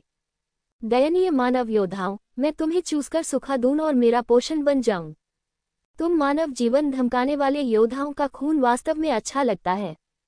सम्राट हेइसेन ने आगंतुक की ओर देखा और कुटिलता से मुस्कुराए। जंगल में पैदा हुआ राक्षस, भूल जाओ, चलो रास्ते से हटो। मैं इस बार यहाँ बर्फ के भगवान के कब्रिस्तान की स्थिति देखने आया हूँ, मारने नहीं। मानव योद्धा ने शांति से कहा। हा, ये दुख की बात है कि आप इससे कभी उबर नहीं पाएंगे। सम्राट हेइसेन जोर से हंसे। अनगिनत जड़ें जमीन से बाहर निकल आई और अनगिनत लताएं आसमान से गिरी। इसने वास्तव में स्वर्ग और पृथ्वी का एक जाल बना दिया, जिसने मानव योद्धा के पीछे हटने के रास्ते को पूरी तरह से अवरुद्ध कर दिया। गरीब आदमी, मानव योद्धा ने आह भरी और लापरवाही से मुक्का मारा। ये खून जैसा लाल जहर था, जैसे जहर के समुद्र का रंग। क्षण भर में ही जड़ें और लताएं जो आकाश और पृथ्वी का जाल बनाए हुए थीं, सब टूट गईं। यहाँ तक कि ब्लैक सेन सम्राट को भी इस हद तक पीटा गया कि वह पहचान में ही न आ सके। बेशक शुरू में वह इंसान नहीं था, लेकिन अब वह और भी शर्मिंदा था। तुम जीवन लेने वाले क्षेत्र के दूसरे स्तर के योद्धा नहीं हो, तुम जीवन लेने वाले क्षेत्र के तीसरे स्तर के योद्धा हो। ब्लैक सेन सम्राट को इस समय एहसास हुआ कि उसने किस तरह के भयानक अस्तित्व को उकसाया था, लेकिन दुर्भाग्य से सब कुछ बहुत देर हो चुकी थी। जैसे ही उसने बोलना समाप्त किया, उसका शरीर रक्त लाल जहर से पूरी तरह से गल चुका था। वे सभी मुझे विशैला महान ऋषि कहते हैं। विषधर महान ऋषि मुस्कुराए और इस बात की परवाह किए बिना कि काला सेन सम्राट मरा है या नहीं, उन्होंने अपना पैर उठाया और चले गए। जंगल में किसी राक्षस ने उस पर दोबारा हमला करने की हिम्मत नहीं की। अस्तित्व का ये स्तर वास्तव में ऐसा कुछ नहीं था जिससे वे निपट सके। वह तो बहुत ही करीबी मुकाबला था। मैं तो लगभग मर ही गया था। विषधर महान ऋषि के चले जाने के तुरंत बाद एक पेड़ से मिट्टी जैसी एक गेंद निकली। यही ब्लैक फॉरेस्ट सम्राट का मूल था। जब तक ये नष्ट नहीं हो जाता, वह नहीं मरेगा। ऐसा अनुमान लगाया जाता है कि विषधर महान ऋषि ने उसे मारने का इरादा नहीं किया था और उसकी जान बख्श दी थी। जब मैं सफल हो जाऊंगा तो उस आदमी से हिसाब जरूर चुकता करूंगा। ब्लैक फॉरेस्ट सम्राट को एकांत में अभ्यास करने और अपने पिछले शरीर को पुनः प्राप्त करने के लिए लंबे समय की आवश्यकता होती है। जब वह भागने वाला था तो काले तरल पदार्थ की एक गेंद उसके शरीर के चारों ओर लिपट गई और उसे पूरी तरह से निगल गई। हाँ, इस बार इस जगह में प्रवेश करना सही था। इस आदमी को निगलने के बाद मेरी ताकत जीवन हरण क्षेत्र के दूसरे स्तर के शीर्ष तक पहुंचने में सक्षम होनी चाहिए। लिंग जियो, देखो कि क्या तुम अभी भी जीवित हो। अंधेरे में एक चेहरा सामने आया जो न तो इंसान था और न ही भूत। ये तियानहाई गुएशेंग था। बहुत से लोग। लिंग जियो ने छत्रधारी जानवर को अपनी जानवर आत्मा में रूपांतरित करने के बाद अंततः वह सैकड़ों मीटर गहरी बर्फ के नीचे उतरा। यद्यपि यह स्थान बर्फ से सैकड़ों मीटर नीचे स्थित है, फिर भी यहाँ एक विशेष संरचना प्रतीत होती है जो इसे चमकदार बनाती है। जहाँ भी वह देखता, वहाँ कम से कम 100 लोग होते। इनमें से अकेले मृत्युलोक के दूसरे स्तर पर लगभग 30 स्वामी हैं। वास्तव में अंदर 5 लोग थे जिनकी आभा दुगु शियोंग से कम नहीं थी और राजा तियानजुए और लैन मेईमो से भी अधिक भयानक थी। ऐसा लगता है कि मैंने पहले बहुत कम मास्टर्स देखे हैं। मुझे उम्मीद नहीं थी कि यह तलवार राजवंश वास्तव में क्राउचिंग टाइगर, हिडन ड्रैगन है। लिंग जियाओ के आगमन से बहुत अधिक हलचल नहीं हुई। यहाँ के स्वामियों के लिए घातक क्षेत्र के प्रथम स्तर पर एक योद्धा कोई भी हलचल पैदा नहीं कर सकता था, इसलिए वे इसकी बिल्कुल भी परवाह नहीं करते थे। जब लिंग जियाओ, यान यू और अन्य लोग मिले, तभी कुछ लोगों ने अपनी भौहें सिकुड़ी, क्योंकि उन्हें एहसास हुआ कि लिंग जियो शायद जियूनी से भी था, जिससे कुछ परेशानी होगी। विस्मयादिबोधक चिन्ह। अचानक कोई फिर से अंदर आया। लिंग जियो ने पीछे मुड़कर देखा तो पता चला कि यह वास्तव में राक्षसी ड्रैगन तलवार न्यायालय के लोगों का एक समूह था। लेकिन अब केवल लैन मेईमो, लैन डी मेईचेन और एक दानव सम्राट ही बचे हैं। राक्षसी ड्रैगन तलवार न्यायालय को जो नुकसान हुआ है वह छोटा नहीं है। लेकिन लैन मेईमो का चेहरा उत्साहित मुस्कान से भरा था, क्योंकि लैन डी मेईचेन ने भी एक सफलता हासिल की। जिन फैंगमिन की तरह वह एक बारी घातक क्षेत्र के दूसरे स्तर तक पहुंच गया। हालांकि यह निषिद्ध क्षेत्र खतरनाक है, लेकिन यह बाहर निकलने के लिए एक बेहतरीन जगह भी है। इसके अलावा यहाँ आध्यात्मिक ऊर्जा संसाधन बाहरी दुनिया की तुलना में दर्जनों या सैकड़ों गुना अधिक समृद्ध हैं। बहुत सारे अवसर हैं। तलवार राजवंश के एक प्रतिभाशाली योद्धा के रूप में लैन डी मेईचेन के पास आगे न बढ़ने का कोई कारण नहीं था। लिंग जियाओ, लैन डी मेईचेन ने स्पष्टतः अपना आत्मविश्वास पुनः प्राप्त कर लिया है। उसने एक नज़र में भीड़ के बीच लिंग जियाओ को देखा और उसकी आंखें अचानक बेहद ठंडी हो गईं। लिंग जियो की उपस्थिति ने उसे, जो अतीत में प्रसिद्ध था, एक प्रतिभाशाली व्यक्ति को अचानक शर्मिंदा कर दिया। यहाँ तक कि भौतिक शरीर भी नष्ट हो गया। इससे पहले तियानजियो प्राचीन खंडहर में वह लिंग जियाओ से आसानी से पराजित हो गया था, जिससे उसकी मां को उसके जीवन के लिए तलवार मास्टर की सूची का व्यापार करने के लिए मजबूर होना पड़ा था। वह इस शर्म और घृणा को कभी नहीं भूला है। लिंग जियो, जरा रुको, मैं तुम्हें बता दूंगा कि मैं ही प्रतिभाशाली हूँ। लिंग जियो ने लैन डी मेईचेन पर ध्यान नहीं दिया। उसने बस लैन मेईमो को लापरवाही से देखा और फिर कब्रिस्तान के प्रवेश द्वार पर ध्यान केंद्रित किया। ये प्रवेश द्वार एक विशाल बर्फ गुफा है। बर्फ की गुफा अनियमित रूप से गोलाकार है, जिसका सबसे लंबा व्यास 100 मीटर से अधिक है। भले ही लिंगजियो ने अपनी ताइची आंख खोली, फिर भी वह स्पष्ट रूप से नहीं देख सका कि अंदर क्या चल रहा था। आप केवल अंदर से निकलती कड़कड़ाती ठंड को महसूस कर सकते हैं, जिससे लोग काम उठते हैं। तुम अंदर क्यों नहीं जाते? लिंगजियो ने यान यू से उत्सुकता से पूछा। यान यू जवाब देने ही वाली थी कि उसने किसी को ये कहते सुना, आप सभी भ्रमित हो सकते हैं, मैं पहले ही आ चुका हूँ, फिर भी मैंने अभी तक प्रवेश क्यों नहीं किया है। अब मैं आपको बता सकता हूँ कि यह बर्फ की गुफा साधारण दिखती है, लेकिन वास्तव में इसके अंदर बर्फ की चींटियों का एक घोंसला है। बर्फ की चींटियों का ये झुंड बहुत बड़ा था। 10 लोगों ने बस अंदर घुसने की कोशिश की, लेकिन वे एक पल में ही चबा गए और सिर्फ हड्डियां ही बचीं। उन 10 लोगों में से 5 लोग जीवन घातक क्षेत्र में द्वितीय स्तर के शक्तिशाली व्यक्ति थे। बर्फ चींटियां, लिंग जियाओ ने भौहें सिकुड़ी। उसने इस तरह के जीव के बारे में सुना था। यह एक भयानक राक्षस कीट था जो समूहों में रहना पसंद करता था। यद्यपि व्यक्तिगत शक्ति मजबूत नहीं हो सकती है, लेकिन मृत्यु की निर्भयता और विशाल संख्या के साथ घातक क्षेत्र में दूसरे स्तर के विशेषज्ञ को मारना वास्तव में संभव है। वो व्यक्ति कौन है? लिंग जियाओ ने पूछा। ऑल नेशंस का शव सम्राट। उसकी ताकत दुगुशियों के बराबर होनी चाहिए, यानी ने उत्तर दिया। वान गुओ, क्या ये 9 देवताओं में से एक है? लिंग जियो अचानक दंग रह गया। उसने सोचा कि यहाँ प्रवेश करने वाले सभी लोग तलवार राजवंश के योद्धा थे, लेकिन उसने यह उम्मीद नहीं की थी कि अन्य 9 शक्तियों के योद्धा भी थे। हाँ, ये वही 10,000 राज्य हैं। इन योद्धाओं में न केवल 10,000 राज्यों के योद्धा हैं, बल्कि बर्फ वंश और अग्निवंश के योद्धा भी हैं। ऐसा लग रहा था कि वे तलवार राजवंश का दौरा कर रहे थे, लेकिन ऐसा हुआ कि निषिद्ध क्षेत्र खुला था, इसलिए वे एक साथ अंदर आ गए। यान्यू ने सिर हिलाया। लिंग जियाओ ने अपने दिल में आह भरी। सौभाग्य से जो लोग आए वे केवल घातक क्षेत्र के दूसरे स्तर पर थे। अगर वह मजबूत होता तो आइस लॉर्ड की सूची पर कब्जा करने की उसकी उम्मीद बेहद कम हो जाती। जब वे बातें कर रहे थे तो अन्य लोग बर्फ की चींटियों के बारे में चिंतित थे। सम्राट शेल, बर्फ की चींटियां बहुत डरावनी हैं, हमें क्या करना चाहिए? अचानक किसी ने पूछा। शेल सम्राट मुस्कुराया और कहा, चींटियों की कॉलोनी वास्तव में डरावनी है, लेकिन जब तक हम रानी को मार सकते हैं, ये बर्फ चींटियां बिना किसी लड़ाई के खत्म हो जाएंगी। सबसे अच्छा तरीका तो यही है कि रानी चींटी को बर्फ की गुफा से बाहर निकाल दिया जाए और फिर उसे मार दिया जाए। लेकिन हमें वास्तव में क्या करना चाहिए? किसी ने पूछा। हम सभी एकजुट होकर एक साथ मिलकर हमला करते हैं। भले ही चींटियों की कॉलोनी कितनी भी शक्तिशाली क्यों न हो, लेकिन वह हमारे जैसे विशेषज्ञों से तुलना नहीं कर सकती। शेल सम्राट ने फिर कहा, ये बात तो सही है। यहाँ सैकड़ों ताकतवर लोग हैं और सबसे बुरे लोग घातक क्षेत्र के पहले स्तर पर हैं। वे सिर्फ बर्फ की चींटियों से कैसे डर सकते हैं? कुछ लोग पहले तो बर्फ की चींटियों से डरते थे, लेकिन जब उन्होंने इतने सारे लोगों को देखा तो उनका डर खत्म हो गया। तो फिर चलो शुरू करें, किसी ने चिल्लाकर कहा। सभी प्रकार की कठिनाइयों से गुजरने के बाद वे अंततः इस बर्फ की गुफा में पहुंचे, स्वाभाविक रूप से 1 या 2 खजाने पाने के लिए। अगर आपको आइस लॉर्ड कैटलॉग नहीं भी मिल पाता है तो आप अन्य आइटम पा सकते हैं। अगर आपको 1 या 2 मिल जाएं, तो यह आपके लिए फायदेमंद होगा। शेल सम्राट मुस्कुराया और फिर बर्फ की गुफा में प्रवेश करने के लिए आगे बढ़ा। वह आगे चल रहा था, अन्य लोग भी उसके पीछे चल रहे थे। लिंग जियाओ और अन्य लोग भी पीछे पीछे चले गए।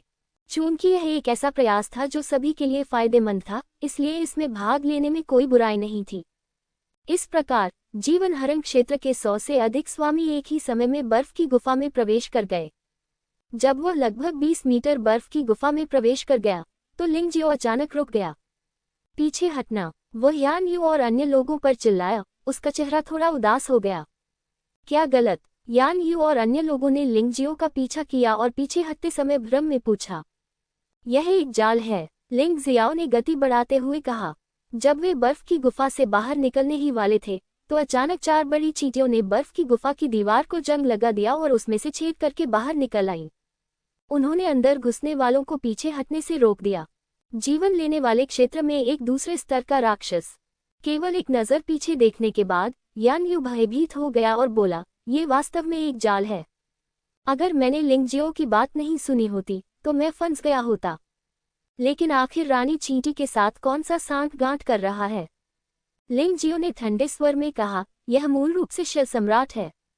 मैं उसके अलावा किसी और के बारे में नहीं सोच सकता जिसने इस कार्रवाई का प्रस्ताव रखा हो।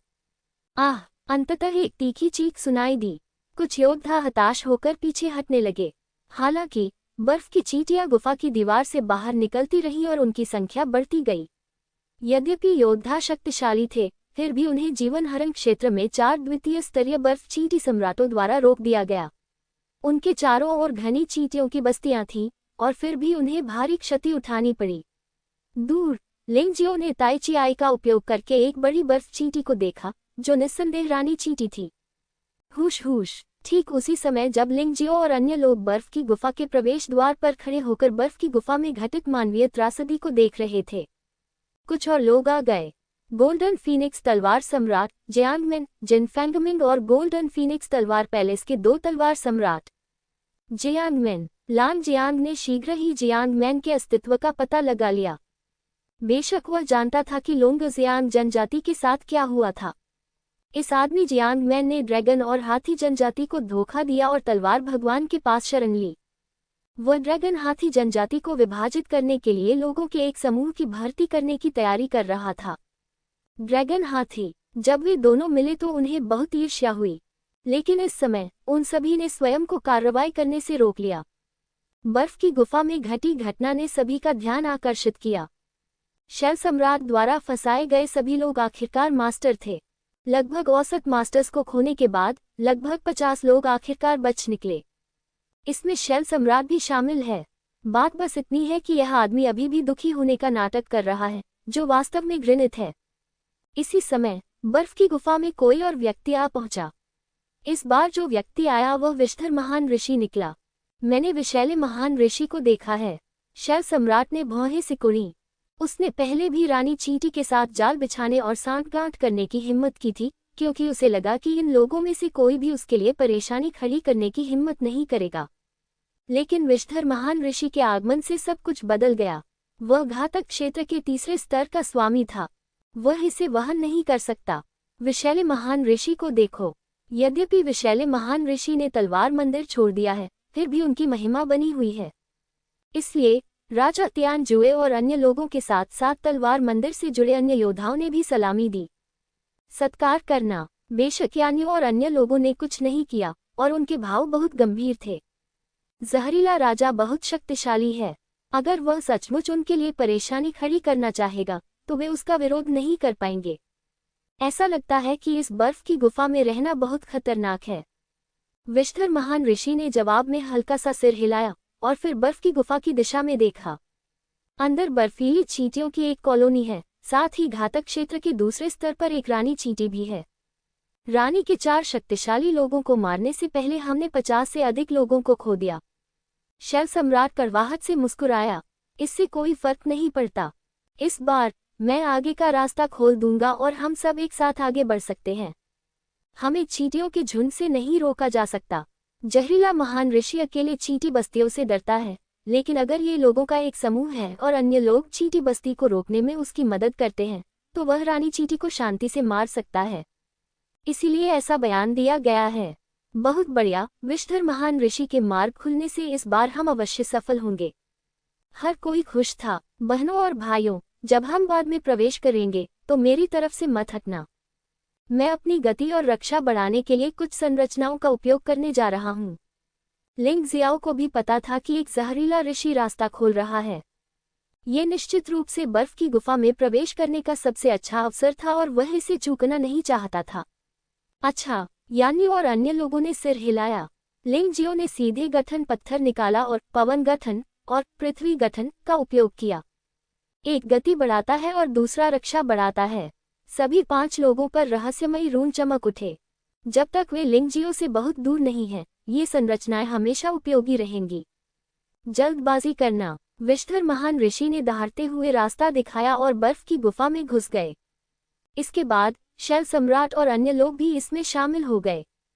जहरीले सम्राट के पीछे पीछे चलकर वे न केवल विष के हमले से बच सकते हैं, बल्कि जहरीले सम्राट की शक्ति पर भरोसा करके बहुत सारी ऊर्जा भी बचा सकते हैं। जल्द ही चींटियों की कॉलोनी ने फिर से सभी पर हमला कर दिया। अधिकांश बर्फ चींटियां केवल साधारण चींटियों के आकार की होती हैं, लेकिन उनकी ताकत आमतौर पर एक तारे के शिखर और नरक के 18 स्तरों तक पहुंच गई होती है, और यह संख्या इतनी बड़ी है कि यह अंतहीन लगती है। बर्फ में छोटे से अंतराल से बाहर चढ़ गया। सफेद रंग का विशाल विस्तार शीत ऋतु में बर्फ के मैदान जैसा है। जहरीली मुट्ठी। सामने से दौड़ते हुए आए विषधर महान ऋषि ने उपहास किया और मुक्का मारा। जहां भी लाल जहरीली मुट्ठी गुजरती, सभी बर्फ चींटियां जहर से प्रभावित हो जाती। इस हद तक जंग लग गया है कि अब कुछ भी नहीं बचा। यह आदमी सचमुच बहुत शक्तिशाली है। इसके अलावा जहर फैल सकता है। चाहे कितनी भी बर्फ चींटियां हों, वे फिर भी इस जहर से डरेंगी। फुफकार। अचानक रानी चींटी चीख उठी। सड़क को अवरुद्ध करने वाली असंख्य बर्फ की चींटियां तेजी से दूर हट गईं और गुफा की दीवार के दोनों ओर रेंगने लगी, विषैले सम्राट के पीछे से, विशेष रूप से उसके पीछे के मानव योद्धाओं पर हमला करने के लिए। पफ। हालांकि बर्फ की चींटियां पीछे हट गईं, लेकिन रानी ने अपना मुंह नहीं खोला और एसिड पानी की एक गेंद थूक दी, जिससे अंदर मौजूद सभी लोग दहक गए। फॉर्मिक एसिड भयानक है। ये सीधे चट्टानों को पिघला सकता है। विषधर महान ऋषि ने उसकी ओर देखने का साहस नहीं किया, लेकिन वह डरा नहीं। तोड़ना। उसने दोबारा मुक्का मारा, जिससे फॉर्मिक एसिड में एक छेद हो गया, और फिर वह बाहर निकल गया। मरना। जहरीले महान ऋषि जो बाहर भागे, निष्क्रिय नहीं थे और सीधे सड़क को अवरुद्ध करने वाली चींटियों की रानी को मुक्का मारा। रानी चींटी को डर का एहसास था, इसलिए वह मुड़कर भाग गई और जल्द ही गहरी बर्फ की गुफा में गायब हो गई। नहीं चाहिए। विषैले महान ऋषि फॉर्मिक एसिड के हमले से बच गए, लेकिन उनके पीछे कई लोग इसकी चपेट में आ गए। बेशक वह शैल सम्राट जैसे शक्तिशाली व्यक्ति से नहीं डरता। हालांकि घातक क्षेत्र के पहले स्तर पर 2 योद्धा सीधे फॉर्मिक एसिड की चपेट में आ गए और उनके शरीर का एक बड़ा हिस्सा तुरंत पिघल गया। ऐसा लग रहा था कि वे बच नहीं पाएंगे। इस समय विषधर महान ऋषि को अपने पीछे के लोगों की परवाह नहीं है, उसका लक्ष्य चींटी रानी है। रानी चींटी रास्ते में लगातार फॉर्मिक एसिड छोड़ती रही, जिससे जहरीले संत को रोकने की कोशिश की जा सके, लेकिन इसके कारण उसकी गति बहुत धीमी हो गई। वह लगभग जहरीले संत की जहरीली मुट्ठी से घायल हो गई थी। वह लगभग डर के मारे मर गई थी। अब तक उसने जहरीले संत को निशाना बनाने की हिम्मत नहीं की, बल्कि अंधेरे में छिप गई और जहरीले संत को जाने दिया। जहरीले संत का अन्य लोगों से कोई लेना देना नहीं था, यहाँ तक कि तलवार भगवान मंदिर के लोग भी उसके पूर्व अधीनस्थ थे, इसलिए उसे इन लोगों की कोई परवाह नहीं थी। वह कब्रिस्तान की अच्छी चीजों के बारे में अधिक चिंतित था। चूंकि उसे रोकने के लिए कोई रानी चींटी नहीं थी, इसलिए वह नहीं रुका और आगे बढ़ता रहा। अब जो लोग विषधर संत का अनुसरण कर रहे थे, वे संकट में थे। मूलतः वे विषैले संत का कुछ प्रकाश प्राप्त करना चाहते थे, लेकिन कौन जानता था कि यह ऐसा होगा। आह आह, एक के बाद एक लोग मारे गए।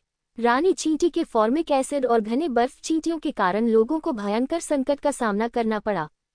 उन्हें अंदर जाने पर पछतावा होने लगा। हालांकि जो लोग मारे गए वे कमजोर थे और जो शक्तिशाली थे वे आगे बढ़ते रहे।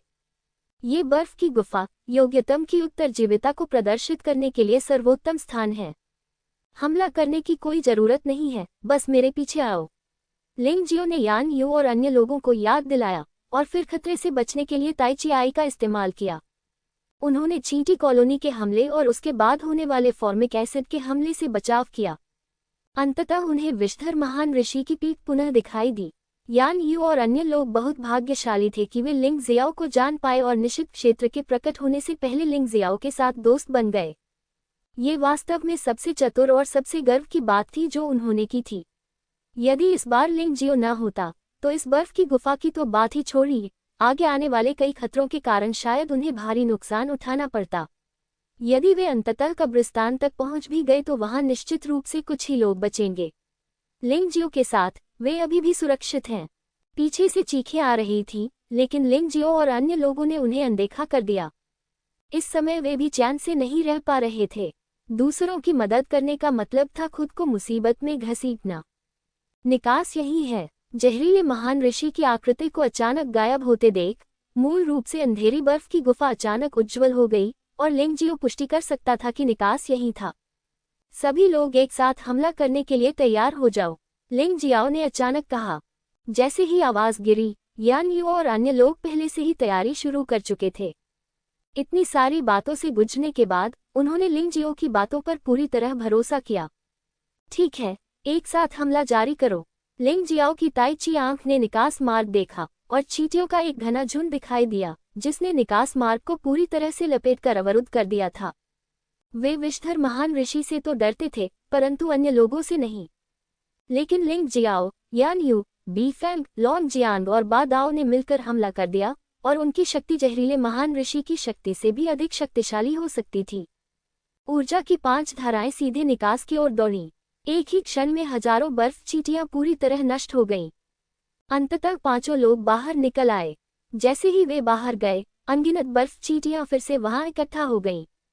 कुछ लोग जो स्थिति का फायदा उठाना चाहते थे, उन्हें मौके पर ही मार दिया गया। लेकिन अभी भी मजबूत लोग हैं। तियान जुएवांग और डू गुजियोंग ने एक ही समय में हमला किया और 2 तलवार ऊर्जाओं ने एक बड़ा छेद खोल दिया और तलवार भगवान मंदिर के लोगों के साथ भाग गए। लैन नीमो और उनके बेटे लैन डी मीचेन ने एक साथ हमला किया और एक भयंकर और दबंग आभा के साथ दानव हत्या मुट्ठी ने अनगिनत बर्फ चींटियों को कुचल दिया और भाग निकले। जिन फैंगजियांदी और जिन फैंगमिंग ने एक साथ हमला किया और वही दबंग तलवार ऊर्जा अनगिनत रक्त लाल अभिशाप रोशनी की तरह थी जिसने उन बर्फ चींटियों को वास्तव में अपनी पहल पर रास्ता देने पर मजबूर कर दिया।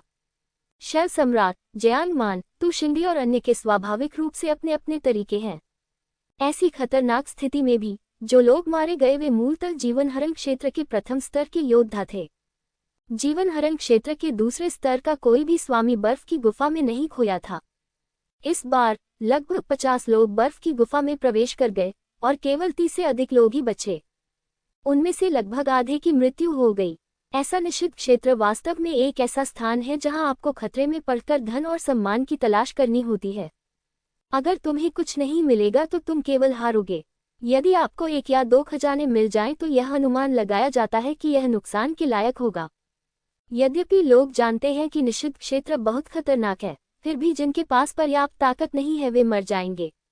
लेकिन लालच अक्सर लोगों को अपना दिमाग खो देता है और लोगों को आसानी से हार मानने के लिए राजी करना मूलतः असंभव है। भले ही पहले अनगिनत लोगों ने बलिदान दिया हो, फिर भी लालच लोगों की नसों को पंगु बना देगा और लोगों को एक के बाद एक मरवा देगा। जरा सोचिए, निषिद्ध क्षेत्र में 10,000 से ज्यादा लोग प्रवेश कर रहे हैं, लेकिन अब कब्रिस्तान के बाहर केवल 30 से ज्यादा लोग हैं। ये सचमुच डरावना है। ये कितना शानदार कब्रिस्तान है। ये प्राचीन बर्फ सम्राट की कब्र के योग्य है, जो पूरी तरह से बर्फ की मूर्तियों के रूप में बनाया गया है। कब्रिस्तान पहुंचने से पहले लोग चिल्ला उठे। ये कब्रिस्तान एक भूमिगत महल जैसा है। वहां पर विशाल मकबरे का दरवाजा खड़ा है, मानो आगंतुकों से कह रहा हो कि यदि आप में क्षमता है तो आप अंदर आ सकते हैं। जहरीले महान ऋषि ने कब्रिस्तान में प्रवेश नहीं किया। इस समय वो कब्र के दरवाजे के बाहर इंतजार कर रहा था। लिंग जियो ने विशाल मकबरे के दरवाजे को देखा और पाया कि उस पर कई प्रतिबंध थे। इसे बलपूर्वक खोलना लगभग असंभव है जब तक कि किसी की ताकत अतीत में बिंग जून के स्तर तक नहीं पहुंच गई हो। इस संरचना को कौन जानता है? विषधर महान ऋषि ने पलटकर पूछा। किसी ने कोई जवाब नहीं दिया। हालांकि लिंग जियो को पता था, वह इन लोगों की मदद नहीं करना चाहता था। सबसे बुरी स्थिति में हर कोई यहाँ समय बर्बाद करेगा और जब बाकी सभी चले जाएंगे तो वह और यान यू और अन्य लोग अंदर जाएंगे। मेरे हाथ में एक चित्र है जिसमें प्राचीन त्यानगान तलवार संरचना अंकित है, जो वर्तमान में जुबान क्षेत्र में प्रचलित संरचना से कहीं अधिक उन्नत है। शक्ति शायद सामान्य स्तर की चरम मार्शल आर्ट से कम नहीं है। जो कोई भी इस मकबरे का दरवाजा खोल सकता है, मैं उसे चित्र दूंगा। विषधर महान ऋषि ने अचानक कहा। निश्चित रूप से कोई भी व्यक्ति बिना पुरस्कार के कोई काम करने को तैयार नहीं होता। आखिरकार यहाँ कोई भी संत नहीं है। महान ऋषिवर, क्या आप ये चित्र युवा पीढ़ी को दिखा सकते हैं? लिंग जियाओ ने सिर झुकाया। यहाँ जहरीले महान ऋषि को इस बात का डर नहीं था कि लिंग जियाओ उन चीजों को लेकर भाग जाएगा। अपनी ताकत से उसके लिए लिंग जियाओ को मारना आसान होगा। बेशक ये सिर्फ उनकी राय थी। लिंग जियाओ ने ब्लूप्रिंट लिया और उस पर एक नजर डाली और तुरंत खुश हो गया। अब उनके हमले का मुख्य साधन भिन्न अग्नि तलवार कला का प्राथमिक स्तर था। यदि वह इस त्यानगान तलवार संरचना का सफलतापूर्वक अभ्यास कर सके तो भविष्य में उसकी युद्ध शक्ति निश्चित रूप से नाटकीय रूप से बढ़ जाएगी। ये सच है। लिंग जियो ने ब्लूप्रिंट को सीधे अपने भंडारण रिंग में डाल दिया और कब्र के दरवाजे की ओर चल दिया।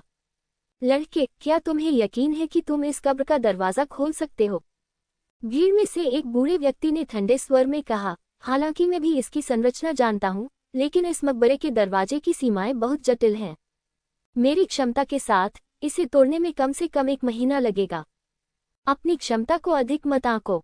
लिंग जियो ने उस आदमी की ओर देखा तक नहीं और फिर भी कब्र के दरवाजे की ओर चल दिया। जुआनझेन सम्राट, वह बच्चा एक जिद्दी आदमी है और वह घमंडी और अहंकारी है। उस पर गुस्सा होने की कोई जरूरत नहीं है। तियान जुएवांग ने बूढ़े आदमी को देखा और कहा, वास्तव में आजकल युवा लोग वास्तव में कोई प्रगति नहीं कर पाते हैं। सम्राट जुआनझेन ने तिरस्कारपूर्वक कहा, बूढ़े आदमी, अगर तुम कुछ नहीं कर सकते तो इसे अपने तक ही रखो। कोई तुम पर नहीं हंसेगा तो तुम वहां शिकायत क्यों कर रहे हो? लॉन्ग जियांग इस बूढ़े आदमी को बर्दाश्त नहीं कर सका और उसे सीधे शाप दिया। हम ड्रैगन हाथी जनजाति के युवा स्वामी, क्या आपको लगता है कि जब तक आपके पिता आपकी रक्षा करते हैं तब तक मैं आपको मारने की हिम्मत नहीं करूंगा?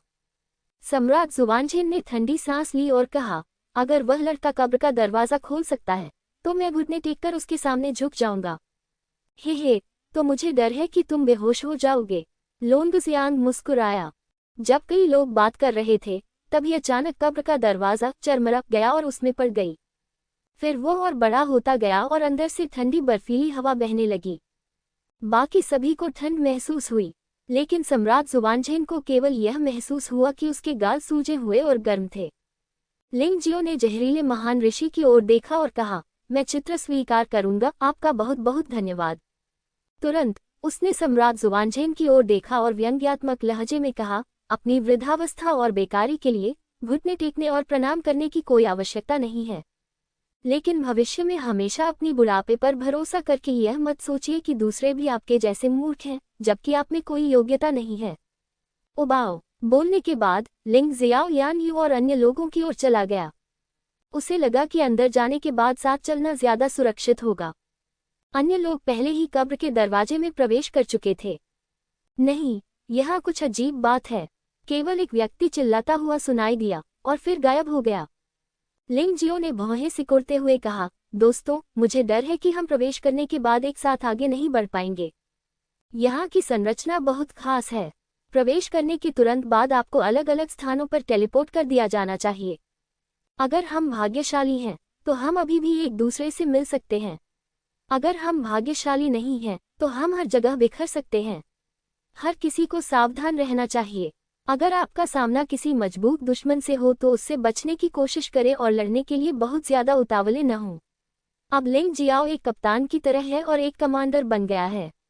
लिंग जियो की बात सुनो, प्रवेश करने के बाद सावधान रहो और व्यक्तिगत रूप से पराजित होने से बचने के लिए पहले अपने साथियों को खोजने का प्रयास करो, यान्यू ने याद दिलाया। आखिरकार यान्यू और अन्य लोग जीवनी के सदस्य हैं और इनाम सूची में हैं। भले ही उन्होंने किसी को नाराज न किया हो, फिर भी प्रवेश करने के बाद उन्हें शिकार माना जाएगा। अगर 5 लोग एक साथ रहे तो डरने की कोई बात नहीं है, लेकिन एक बार वे अलग हो जाएं तो स्थिति पूरी तरह से अलग हो जाएगी। इसीलिए यान्यू ने सभी को सावधान रहने की याद दिलाई। विचार विमर्श के बाद सभी लोग कब्र के दरवाजे के अंदर चले गए। निश्चित रूप से, जैसा कि लिंग जियो ने कहा, इसे तुरंत टेलीपोर्ट कर दिया गया। ये कितना शक्तिशाली टेलीपोर्टेशन संरचना है। जिस व्यक्ति ने इसे स्थापित किया है उसकी साधना का स्तर मुझसे कहीं अधिक है। जब लिंग जियो ने फिर से कुछ देखा तो वह पहले से ही एक कब्र के रास्ते में था। यह मकबरा मार्ग भी पूरी तरह बर्फ के क्रिस्टलों से बना है और यहाँ तक कि जमीन भी मोटे बर्फ के टुकड़ों से ढकी हुई है। उन्होंने अपने साथियों को ढूंढने के लिए ताइची आई का उपयोग करने की कोशिश की, लेकिन असफल रहे। कब्रिस्तान के अंदर की पाबंदियां बाहर की तुलना में कहीं ज्यादा भयावह हैं। यहाँ तक कि ताइची आई भी बंद है। ये सिर्फ 100 मीटर दूर तक ही देख सकती है, उससे ज्यादा नहीं। उसी समय लिंग जियो के पास 3 अन्य लोग दिखाई दिए। उनमें से एक है लैंडी मेचेन, एक है जिन फैंगमिंग। वे दोनों अब घातक क्षेत्र के दूसरे स्तर के स्वामी हैं, लेकिन लैंडी मेचेन अभी भी जिन फैंगमिंग से अधिक शक्तिशाली है। आखिरकार प्रतिभा के स्तर के संदर्भ में लैंडी मेचेन अधिक शक्तिशाली है। जैसे ही वह अंदर घुसा, वह घातक क्षेत्र के दूसरे स्तर में अपेक्षाकृत शक्तिशाली प्राणी बन गया। खेती समुद्र की ऊर्जा सीधे 30% तक पहुंच गई। जिन फैंगमिंग की खेती समुद्र ऊर्जा 0 है। एक और व्यक्ति है जो वास्तव में तियानहाई गुइशिंग है। लगातार मजबूत पुरुषों की लाशों और कोर को खाने और अवशोषित करने के बाद विशेष रूप से ब्लैक फॉरेस्ट सम्राट के ऊर्जा कोर को प्राप्त करने के बाद इस आदमी की ताकत घातक क्षेत्र के दूसरे स्तर के शिखर के करीब हो गई है। खेती की समुद्री ऊर्जा 90% के करीब है। इन 3 लोगों में से 2 को लिंग जियाओ से गहरी नफरत है। हालांकि जिन फैंगमिंग को लिंग जियो के प्रति कोई गहरी नफरत नहीं थी, लेकिन ईर्ष्या के कारण लिंग जियो के बारे में उनकी धारणा बहुत अच्छी नहीं थी। एक बार सामना हो जाने पर मैं सचमुच नहीं जानता कि क्या होगा, क्योंकि वे एक दीवार से अलग थे। लिंग जियो को छोड़कर बाकी लोग दूसरों के अस्तित्व को बिल्कुल भी नहीं देख सकते थे और वे सभी धीरे धीरे आगे बढ़ रहे थे। बॉस, मुझे कुछ अच्छी गंध आ रही है। मुझे नहीं पता कि जियो जिन कब जाग गया है। पृथ्वी कोर फायर लॉर्ड्स पर भरोसा करते हुए जियो जिन अब पहले स्तर के जीवन धमकी वाले क्षेत्र के दूसरे स्तर पर एक मजबूत आदमी है और उसकी लड़ाकू प्रभावशीलता शायद डुगू जियोंग से कम नहीं है। क्या तुम जाग रहे हो? लिंग जियाओ थोड़ा उत्साहित था। जियो जिन जाग जाता है और अधिक शक्तिशाली हो जाता है, जिसका अर्थ है कि उसके पास एक और शक्तिशाली सहायक है। क्या अच्छा सामान है? लिंग जियाओ ने मुस्कुराते हुए पूछा। ये सभी राक्षसों के लिए उपयुक्त एक अच्छी चीज होनी चाहिए। मुझे ठीक से नहीं पता कि यह क्या है, लेकिन मैं इसकी गंध महसूस कर सकता हूँ। जियो जिन ने कहा। ठीक है, तुम मुझे रास्ता दिखाओ। लिंग जियो ने जियो जिन द्वारा बताई गई दिशा का अनुसरण किया और एक कब्र के पास पहुंचा। उसने कब्र का दरवाजा खोला और अंदर चला गया। इस मकबरे में कोई प्रतिबंध नहीं है और वास्तव में अंदर रक्त लाल तरल का एक कुंड है। खून, और यह प्राचीन राक्षसों का खून है। कब्रिस्तान में ऐसे प्राचीन राक्षसों का खून क्यों मिलता है? लिंग जियाओ उलझन में था, लेकिन यह निश्चित है कि जियो जिन को इन प्राचीन राक्षसों के खून में भिगोया जा सकता है, जिससे उसकी ताकत में भी सुधार हो सकता है। प्रभाव गर्मी ऊर्जा को भस्म करने से भी बेहतर है, क्योंकि इससे न केवल साधना में सुधार किया जा सकता है, बल्कि भौतिक शरीर को भी मजबूत किया जा सकता है। गा, मैं सचमुच भाग्यशाली हूँ कि मुझे यहाँ प्राचीन राक्षसों का इतना सारा खून मिला है। अगर मैं इन चीजों को आत्मसात कर लूँ, तो मैं एक बेहतर भौतिक शरीर बनाने में सक्षम हो जाऊंगा। अचानक कब्र के बाहर से एक आवाज आई। लिंग जियाओ ने पीछे मुड़कर देखा और भौहें सिकोड़ लीं। जो व्यक्ति आया वह तियानहाई गुइशेंग निकला। अगर यह जिन फैंगमिंग या लैंड डी मेचेन होते तो उन्हें लड़ना नहीं पड़ता, लेकिन तियानहाई गुइशेंग बहुत परेशानी भरा होता। बेवकूफ, लिंग जियो ने तियानहाई गुइशेंग को तिरस्कार से देखा। पूल में प्राचीन राक्षसों के सभी खून को इकट्ठा किया और इसे पहाड़ों और नदियों की दुनिया में डाल दिया, लेकिन जियो जिन को इसे भिगोने देने की जल्दी में नहीं था। इस स्तर पर बहुत सारी परेशानियां हैं, लेकिन यहाँ जियो जिन के साथ ये सुरक्षित होना चाहिए। एक बार बाहर निकलने के बाद जियो जिन और यहाँ तक कि लॉन्ग चेन के पास अपनी ताकत में सुधार करने के लिए इस प्राचीन राक्षस जानवर के खून में भिगोने के लिए पर्याप्त समय होगा। लॉन्ग चेन की बात करें तो ये लड़का और लेन में अभ्यास करने के लिए तियानजियो प्राचीन स्मारक में प्रवेश कर गए और मुझे नहीं पता कि स्थिति क्या है। इसे कभी नहीं देखा। मैं सचमुच चिंतित हूँ। लिंग जियो, अगर तुम चीजें सौंपने को तैयार हो तो मैं तुम्हारी जान बख्श सकता हूँ और तुम्हें अपनी त्वचा बनने दे सकता हूँ। तियानहाई गुइशेंग ने उपहास किया। उसने सीधे कब्र का दरवाजा बंद कर दिया। लिंग जियो को जाने देने की तैयारी नहीं की। तुम बहुत बेवकूफ हो। पहले भी मैं तुम्हें लगभग मार ही चुका था। जब तुम्हारे पास अपनी जान बचाकर भागने का मौका था तो तुम्हें अच्छी तरह से जीना चाहिए। तुम बेकार में मुझे क्यों भड़काने आए हो? क्या तुम मरने की चाहत में पागल हो? लिंग जियो ने तियानहाई गुइशेंग को देखा और जल्दी में नहीं था। यद्यपि प्रतिद्वंद्वी की खेती में बहुत सुधार हुआ है, लेकिन उसने भी सुधार किया है। ठीक है, चूंकि तुम इतने जिद्दी हो तो मुझे दोष मत दो। अब से इस दुनिया में लिंग जियो फिर कभी नहीं होगा। चलो हम सब मिलकर अपने पुराने और नए गिले शिकवे दूर कर लें। आज तुम इस दुनिया से पूरी तरह गायब हो जाओगे। तियानहाई गुइशेंग ने एक क्रूर अभिव्यक्ति दिखाए और उदास भूत ऊर्जा जारी रही। सिर्फ तुम। लिंग जियो ने व्यंग्यात्मक ढंग से मुस्कुराया और राक्षसी ड्रैगन तलवार भी नहीं ली। इसने किसी भी पशु आत्मा परिवर्तन रूप में प्रवेश भी नहीं किया। ईमानदारी से कहूं तो आपकी ताकत जिन फैंगमिंग और लैंड डी मेचेन जितनी भी नहीं है। किसी और के शरीर पर कब्जा करके आपको जो शक्ति मिलती है वह आखिरकार आपकी अपनी नहीं है। तुम हमेशा से इतने अहंकारी रहे हो, लेकिन आज इसका अंत हो गया है। तियानहाई गुइशेंग हमेशा से चाहता था कि लिंग जियो मर जाए और वह सोचता है कि अब सबसे अच्छा समय है। लेकिन जब वह ऐसा करने ही वाला था तो अचानक कब्र के रास्ते से कदमों की आहट सुनाई दी। जो लोग दोनों के सामने आए वे जिन फेंगमिंग और लैन डी मेचेन थे। लिंग जियो, और वह आदमी कौन है जो न तो इंसान है और न ही भूत? वह बहुत शक्तिशाली दिखता है। दोनों को एक ही अनुभूति हुई। तुम दोनों किसकी मदद करने जा रहे हो? तियानहाई गुइशेंग ने ठंडे स्वर में पूछा। लिंग जियो और मेरे बीच एक अपूरणीय नफरत है, इसलिए स्वाभाविक रूप से मैं उसे जीवित नहीं रहने दूंगी। लैंडी मेचेन ने कहा, मैं किसी की मदद नहीं करूंगा, सिर्फ मजा देखूंगा, ठीक है? हालांकि जिन फेंगमिंग को लिंग जियाओ से जलन थी, लेकिन वह लिंग जियाओ को नहीं मारेगा। आखिरकार लिंग जियाओ ने अपनी बहन की मदद की थी और उसके पास अभी भी यह सिद्धांत था। ये सबसे अच्छा होगा। तियानहाई गुइशेंग लैंडी मेचेन को जानता था। वास्तव में जब तक लैंडी मेचेन ने लिंग जियो की मदद नहीं की, तब तक उसे डरने की कोई बात नहीं थी। लिंग जियो को मारने के बाद वह निश्चित रूप से थोड़ा कमजोर हो जाएगा, लेकिन इससे कोई फर्क नहीं पड़ता। प्राचीन राक्षस के खून से वह स्वाभाविक रूप से ठीक हो सकता है। भले ही जिन फेंगमिंग और लैन डी मेचेन स्थिति का फायदा उठाना चाहते थे, वह बच सकते थे।